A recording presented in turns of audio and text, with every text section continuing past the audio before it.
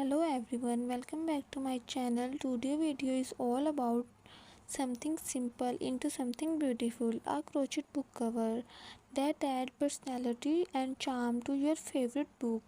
If you love reading and crochet, this project is perfect combination of both. Instead of keeping your book plain, why not give them a soft handmade cover that protect them and make them look aesthetic at the same time. This design is inspired by minimal and cozy vibe.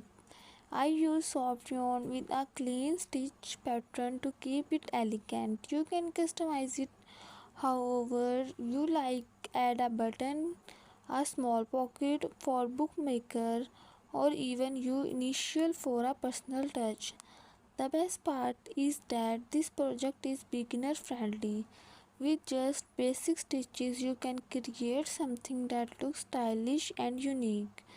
It's also a great idea for gift, perfect for student, book lover or anyone who enjoy handmade item.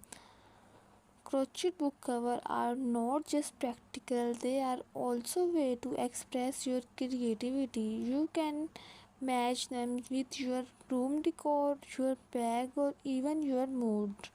I hope this idea inspires you to try something new and fun.